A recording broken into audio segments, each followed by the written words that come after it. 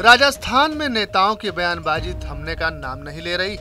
अब ताजा मामला विवादों से घिरे रहने वाले चर्चित मंत्री राजेंद्र गुड़ा के बयान के बाद उठा है, जहां उन्होंने एक बार फिर इशारों में सीएम अशोक गहलोत पर निशाना साधा है। मंत्री गुड़ा ने कहा कि राज्य में सत्ता का विकेंद्रीकरण होना चाहिए, क्योंकि फिलहाल राज्य में पावर पूरी तरह से केंद्रीकृत है। मंत्री ने कहा कि डीजी से लेकर कांस्टेबल का तबादला तक मुख्यमंत्री कार्यालय से होता है।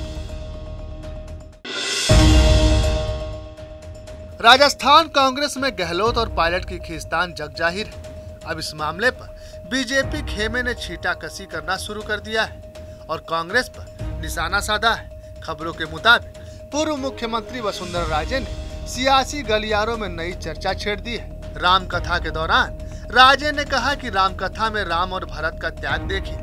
जहां राम सिंहासन त्याग कर वन चले गए, तो छोटे भाई भरत ने भी सिंहासन त्याग कर चरण पादुकाओं को राजा मानकर शासन चलाया।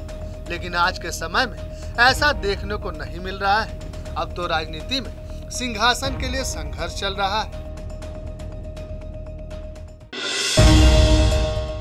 जयपुर नगर निगम ग्रेटर में मेयर पद के चुनाव को लेकर बीजेपी और कांग्रेस के बीच घमासान जारी है। बता दें कि बीजेपी के बाद अब कांग्रेस ने भी अपने पार्षदों की बाड़ेबंदी कर दी है, जहां पार्षद रिसॉर्ट में 5 स्टार सुविधाओं का आनंद ले रहे हैं। बता दें कि संख्या बल नहीं होने के बाद कांग्रेस ने प्रत्याशी उतारकर क्रॉस वोटिंग का माहौल बना रखा है। लेकिन जानकारी के मुताबिक बीजेपी की बाड़ेबंदी में अब पार्षदों की संख्या 73 तक पहुंच गई है।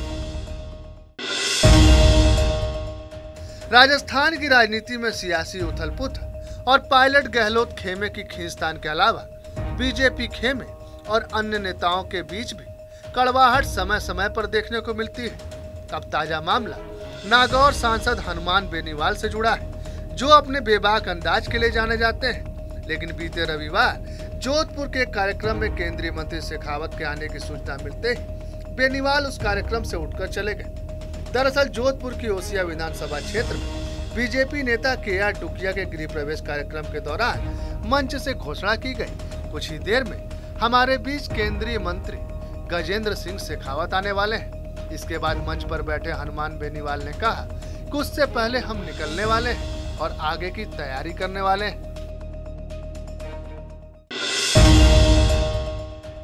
राजस्थान के बाड़मेर जिले में हैरान कर देने वाला मामला सामने आया है। बता दें कि एक युवक बेंच पर बैठकर अखबार पढ़ रहा है, लेकिन देखते ही देखते उसे हार्ट अटैक आ गया और मौके पर ही उसकी मौत हो गई। वहीं आनंद फानंद उसे अस्पताल ले जाया गया, लेकिन डॉक्टरों ने उसे मृत घोषित कर दिया है। हालांकि ये घटना CCTV कैमरे में रिकॉर्ड हो गई थी और उसका वीडियो सोशल मीडिया पर वायरल हो रहा है। राजस्थान के बूंदी जिले में चोरी की बढ़ती घटनाओं को लेकर बीजेपी की विधायक चंद्रकांता मेघवाल ने अनोखे तरीके से विरोध प्रदर्शन किया। बता दें कि वह अपने समर्थकों के साथ पानी की टंकी पर चढ़ गए और लगभग 10 घंटे तक प्रशासन के खिलाफ प्रदर्शन किया। वहीं घटना की जानकारी मिलने पर जिला प्रशासन में हड़कंप मच गया और घटना स्थल पर पहुंचकर अधिकारियों ने प्रदर्शनकारी नेताओं को मनाने का प्रयास किया।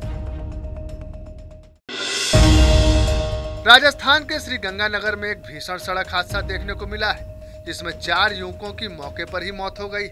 खबरों के मुताबिक अनूपगढ़ रायसिंह नगर मार्ग पर एक वाहन से टकराने पर कार अनियंत्रित होकर पुलिया से टकरा गई, जहां रविवार देर रात करीब 1 बजे बर्थडे पार्टी से लौट रहे युवकों की मौत घटना स्थल पर ही हो गई। वहीं पुलिस के मुताबिक यह हादसा कार की तेज रफ्तार और लापरवाही से ड्राइविंग करने के कारण हुआ।